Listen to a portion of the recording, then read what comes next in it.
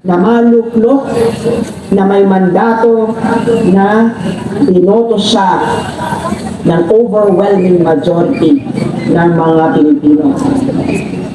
Pero bakit ang kapakanan ng kanyang mga kabarkada, kamag-anak, at mga kasama niya ang kanyang inuunan? Tingnan ninyo ang ating bansa ngayon. Siya ay nangako ng bagong Pilipinas. Ngunit ano ba ang ating nakikita ngayon?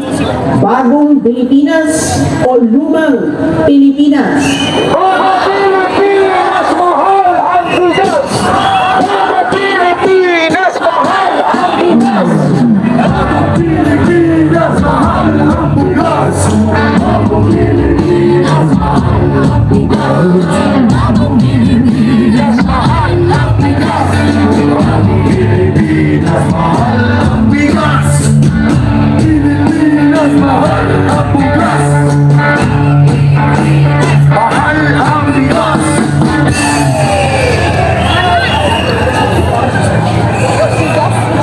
Noong eleksyon, ang kanta ng kanyang kampanya ay bagong Pilipinas, bagong mukha. May isang salita, may paninindigan. Ang pamahalaang ito ba ay may paninindigan o wala? Wala! Wala!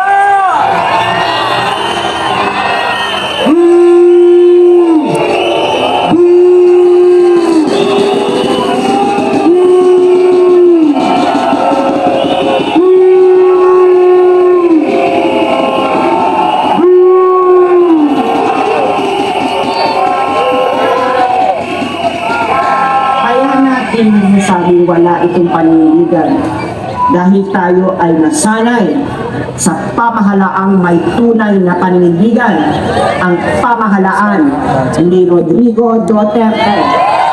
Sabay-sabay po ating kasigaw. Duterte! Duterte! Duterte! Duterte!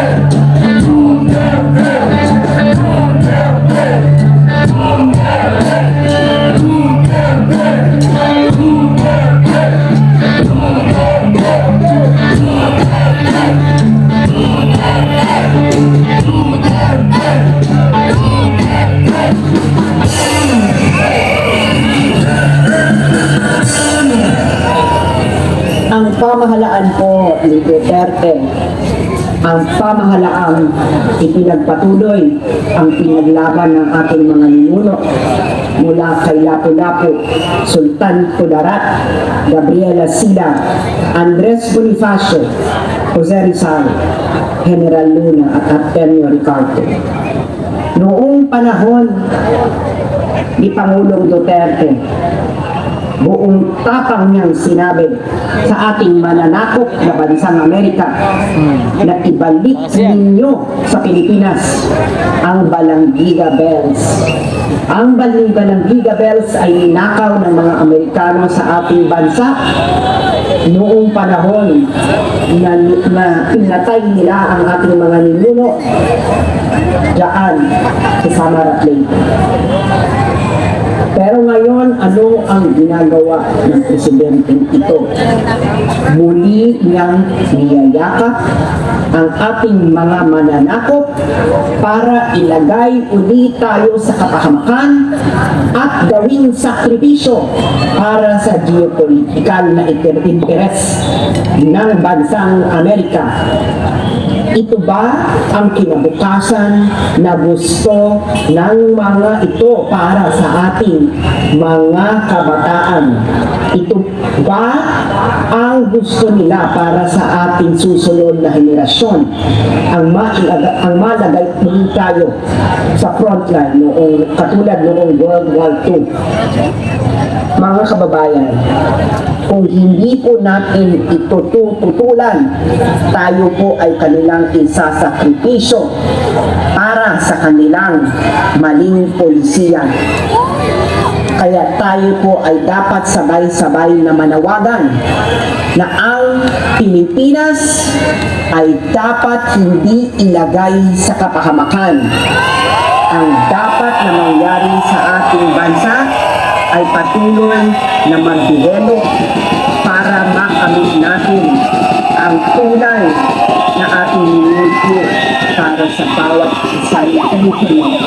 Isang maayos na buhay, matahimik, matiwasay, at mayabong na pamumuhay.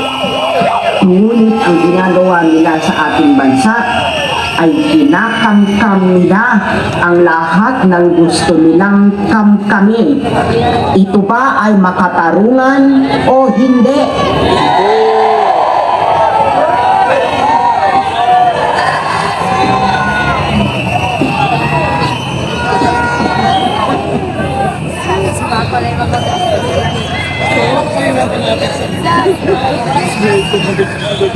Kaya, ako po ay nananawagan sa bawat isa sa inyo na isapuso ninyo ang kasaysayan ng ating bansa. Dahil kung hindi po natin ito gagawin, ay para tayong mga punong walang ugat. Kaya tayo ay madaling matumba at maloko ng mga ito na walang ibang ginawa kundi payamanin ang kanilang mga bulsa at pahirapan ang mga Pilipino at tayo'y aliwin sa pamamagitan ng kanilang walang humpay na ayuda. Ano ba ang gusto ninyo sa inyong mga anak, aking mga kababayan? Ang gusto ninyo ba sa susunod na henerasyon ay bansang ayuda o bansang may trabaho, bansang maayos ang development, bansang may kapayapaan, bansang pinaiiral ang diplomasya kaysa mga drama? Nasa inyong mga kamay kung ano ang mangyayari sa ating bansa. Kung magpapatuloy ang mga ginagawa ng mga ito, baka tayo ay hindi na makabangon muli at matagalan ulit ang ating nililithing pagbabago sa Pilipinas. Kita niyo ang ginagawa nila ngayon kay Pastor Kibuloy. Kung may kasalanan si Pastor Kibuloy, dapat siya ay ihablas sa tamang forum. Dapat bigyan siya ng makarating ang kanyang ang mga nag-aakusalabay sa kanya at hindi ang nakatago ang mukha. Dahil kahit na sino pwede mong takpan ang mukha at gawing witness ay kanino. Kaya itong ginagawa ng Senado ay isang pagmura sa karapatan ng isang tao na harapin ang kanyang mga akusado.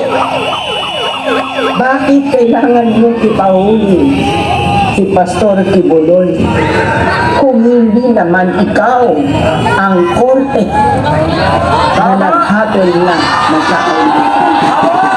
Kaya itong ginagawa nila ay pinahihikot nila ang inilang bayan. Gusto nilang wasakin ang inyong samahan dahil ang inyong samahan ang isa sa mga pinakamalaking sinusuporta sa mga Duterte. Hindi ba yan lang ang kabagsakin ang mga Duterte? Dahil bakit?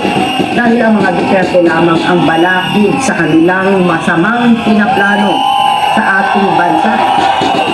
Diba? Nakapag-unitin sila noon. Pero nung ginawa nila last year, gusto na nalang warakin at sirain si Vice President Sara Duterte. Binibinay nila si Inday. At ito ba ay ating pahihintulutan? Oo o hindi?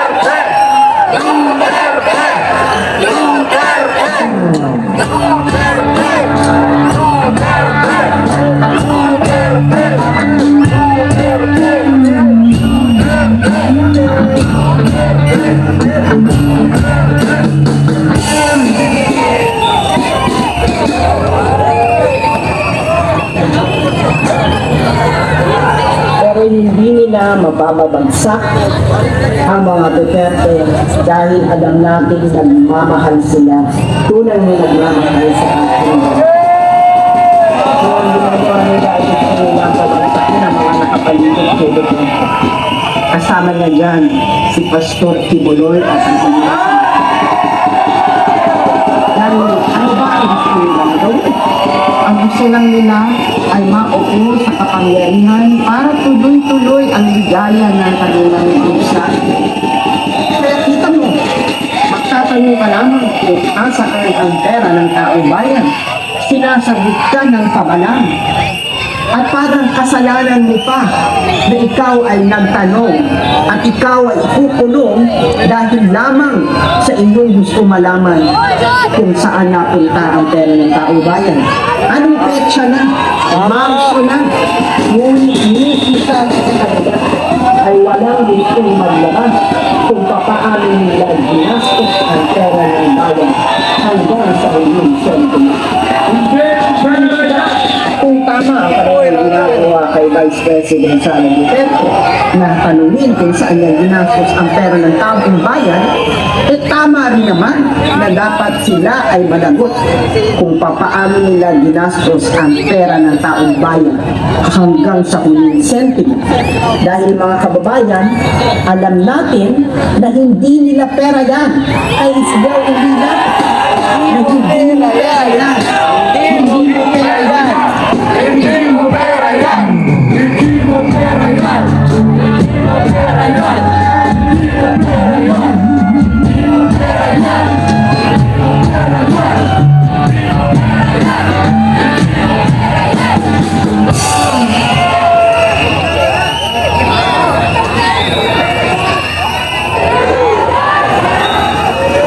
Alam niyo kung ano ang dapat na makakabuti sa ating bansa. Dahil alam niyo na ang makakabuti sa ating bansa ay kung anong makakabuti sa inyong mga anak. Ang gusto ninyo ay mga lansangan na ligtas na kung ikaw ay nilalakad at hindi isang lansangan na punong-puno ng mga abit. Ang gusto niyo rin ay isang bansa na walang terorista, na hindi nililiklik ang mga kabataan para maging hawang nila sa isang misyon na walang katuturuhan kundi kapahamakan lamang ng mga sumasabi.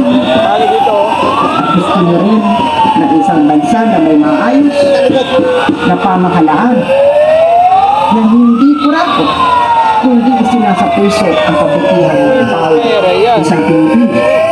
At malamang gusto niyo rin na isang airport na walang itisurot at daga. Yan ang tunay na bagong Pilipinas. At hindi ang bagong Pilipinas ni Bongbong Marcos. Ang bagong Pilipinas ay pinapahalagahan ang kasaysayan nito.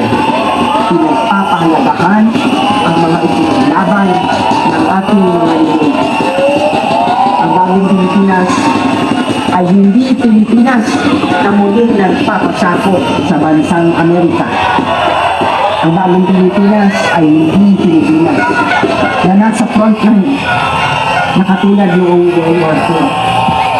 Ang bagong Pilipinas ay ang Pilipinas na kung saan ang bawat isang Pilipino ay walang agam-agam